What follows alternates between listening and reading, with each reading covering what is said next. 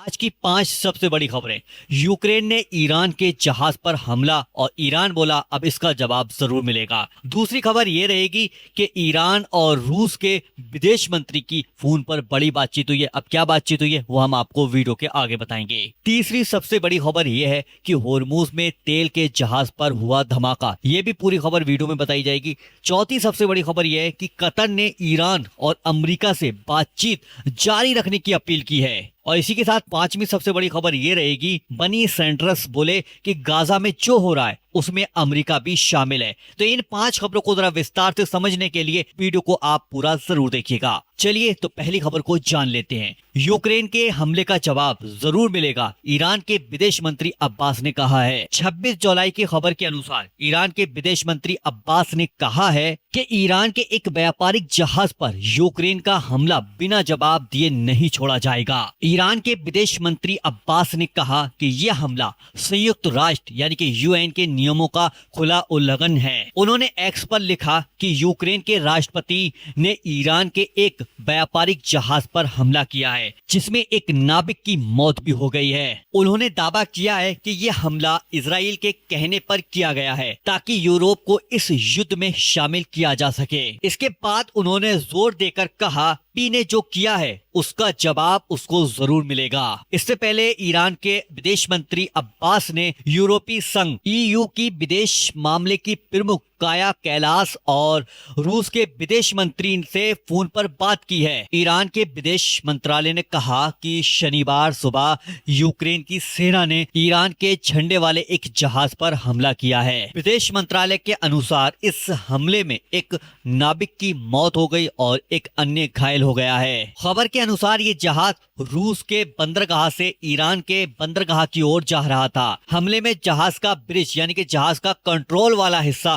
पूरी तरीके से टूट गया है। अब बात करते हैं दूसरी सबसे बड़ी खबर कि ईरान और रूस के विदेश मंत्री ने फोन पर बातचीत की और कई बड़े मुद्दों पर चर्चा भी की है। ईरान के विदेश मंत्री अब्बास और रूस के विदेश मंत्री ने रविवार को फोन पर बात की। दोनों नेताओं ने फोन पर इलाके और दुनिया की ताजा स्थिति पर बात की है। कई अहम मुद्दों पर अपने विचार साझा किए हैं। ईरान के विदेश मंत्रालय के टेलीग्राम चैनल के अनुसार दोनों नेताओं ने ईरान के व्यापारिक जहाज पर यूक्रेन के हमले और उसके बाद पैदा होने वाले खतरनाक हालात पर भी चर्चा की है। ईरान के विदेश मंत्री अब्बास ने कहा कि ईरान के एक व्यापारिक जहाज पर हमला करना यूक्रेन सरकार का खतरनाक कदम है। उन्होंने इसे संयुक्त राष्ट्र यूएन के बुनियादी नियमों का साफ उल्लंघन बताया है। उन्होंने ये भी कहा कि ईरान अपनी सुरक्षा और अपने देश के हितों की पूरी मजबूती से रक्षा करेगा। रूस के विदेश मंत्री ने भी ईरान के जहाज पर हुए हमले की कड़ी निंदा की है। उन्होंने कहा कि यह हमला अंतर्राष्ट्रीय कानून के खिलाफ है। इससे ईरान और रूस के व्यापारिक समुद्री रास्तों को खतरा पैदा होता है। उन्होंने ये भी कहा कि यूक्रेन की सरकार को युद्ध अपराध करने और व्यापारिक जहाजों को खतरे में डालने के लिए जवाबदेह ठहराया जाना चाहिए। इसके अलावा विदेश मंत्री ने ईरान और अमेरिका के बीच हुए समझौते ज्ञापन को अमेरिका द्वारा उल्लंघन किए जाने का दावा किया है और होर्मुज में पैदा हुई सुरक्षा की स्थिति पर भी चर्चा की है। अब बात करते हैं तीसरी सबसे बड़ी खबर, होर्मुज में तेल ले जा रहे जहाज में धमाका, बारूदी सुरंग से टकराने की बात सामने आई है। तो चलिए जरा थोड़ा सा इसको विस्तार से समझ लेते हैं। होर्मुज में एक तेल ले जा रहे जहाज में धमाका हो गया। खबर में कहा गया है कि जहाज ने अपना रडार सिस्टम बंद कर रखा था और वो बारूदी सुरंग से टकराने के बाद फट गया। खबर के अनुसार ये तेल जहाज ईरान द्वारा तय किए गए समुद्री रास्ते से हट गया था। इसके बाद वो समुद्र में लगी बारूदी सुरंग से जाके टकरा गया जिससे जहाज में धमाका हो गया। ये घटना ऐसे समय पे हुई जब ईरान पहले भी कई बार चेतावनी दे चुका था कि जो जहाज उसके तय किए गए रास्ते को छोड़कर दूसरे रास्ते से जाएगा उन्हें उसका परिणाम का सामना करना पड़ सकता है। शुरुआती रिपोर्ट में कहा गया कि ये जहाज ईरान द्वारा तय किए गए सुरक्षित समुद्री रास्ते से हट गया था और पहले दी गई चेतावनियों के बावजूद वो सुरक्षित रास्ते से बाहर वाले इलाके में पहुंच गया था।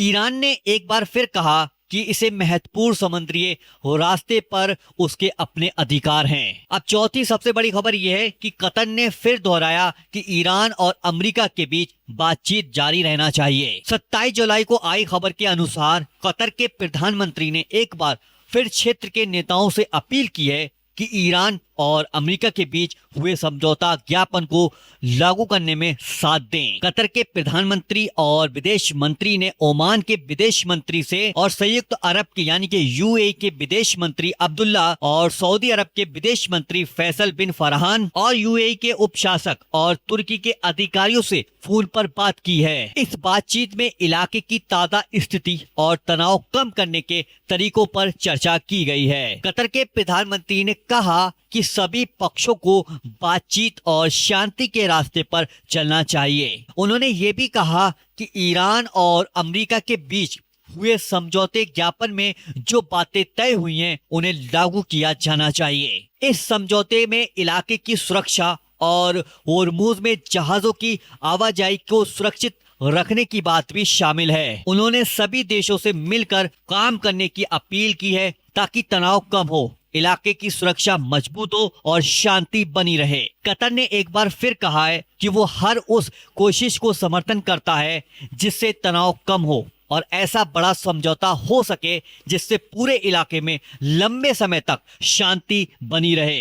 खबर के अनुसार जून में तेहरान और अमेरिका के बीच हुए युद्ध विराम से जुड़े समझौता ज्ञापन में कतर और पाकिस्तान ने बीच का रास्ता निकालने में मदद की थी। पांचवी सबसे बड़ी खबर यह है कि गाजा में जो कुछ हो रहा है उसमें अमेरिका भी शामिल है। अमेरिका के एक नेता ने कहा है, अमेरिका के सीनेटर ने कहा है कि युद्ध विराम होने के बाद भी फिलिस्तीनी लोगों का दुख और परेशानी खत्म नहीं हुई है। सीनेटर ने एक्स पर लिखा है कि शर्म की बात यह है कि गाजा में जो कुछ हो रहा है उसमें अमेरिका भी शामिल है। उन्होंने कहा कि अमेरिका ने इजराइल की सरकार को कई अरब डॉलर की सैनिक मदद भी की है। उनका आरोप है कि इजराइल की सरकार ने कई बार अंतर्राष्ट्रीय कानून का पालन नहीं किया है और उसके नेता युद्ध अपराधी हैं। और उन्होंने कहा कि युद्ध विराम होने के बाद भी इजरायली सेना की कार्रवाई गाजा में जारी है। उन्होंने ये भी दावा किया कि इजराइल अब गाजा के लगभग 70% हिस्से पर नियंत्रण रखता है। उन्होंने ये भी कहा कि ये उस बात से ज्यादा है जिस पर पहले सहमति बनी थी। उनके मुताबिक युद्ध विराम शुरू होने के बाद इजराइल ने गाजा के अंदर कई नए सैनिक ठिकाने भी बनाए हैं। अमेरिका के वरिष्ठ नेता बनी सैंडर्स ने कहा है कि अच्छी बात यह है कि अब अमेरिका के लोग भी इस मामले को समझ रहे हैं। उन्होंने कहा है कि डेमोक्रेट और दूसरे लोग ये मांग कर रहे हैं कि इजराइल को दी जाने वाली सैनिक मदद बंद की जाए और फिलिस्तीनी लोगों की परेशानी खत्म करने के लिए अमेरिका अपने असर का इस्तेमाल करे। आखिर में अमेरिका के वरिष्ठ नेता बनी सैंडर्स ने कहा कि अमेरिकी सांसद को अपने लोगों की बात सुननी चाहिए। उन्होंने लिखा कि इजराइल को अब और अमेरिकी सैनिक मदद नहीं देनी चाहिए। तो फिलहाल इन बड़ी खबरों में बस इतना ही। इन सभी खबरों पर आपकी क्या राय है हमें कमेंट करके जरूर बताइएगा। अगर आपको हमारी खबरें पसंद आती हैं तो वीडियो को लाइक करें, चैनल को सब्सक्राइब करें और अपने दोस्तों के साथ इस वीडियो को शेयर करना बिल्कुल भी ना भूलें।